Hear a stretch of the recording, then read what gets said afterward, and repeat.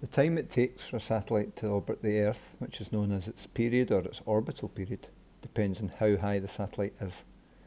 So if I drag this satellite far away from Earth, you can see down the bottom of the screen that the period of the satellite gets larger. Basically, the satellite has a much larger distance to cover. It does actually travel faster, but the distance is so much bigger that it still takes longer to complete its orbit round about the Earth. If you were watching that on Earth, then it would appear to move around. If we bring it much closer, then a much shorter period. Okay, so the closer the satellite, the shorter the period.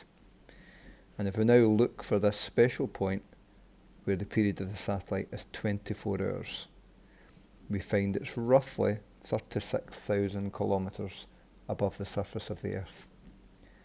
And this satellite, you can see, as long as it's above the equator and moving in the same direction as the Earth is, will stay exactly above the same point when viewed on the Earth.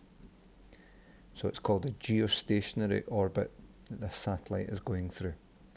And the big advantage of that is that you wouldn't then need to move a dish. You can point a dish at this satellite and the satellite will stay in the same position from the point of view of the dish.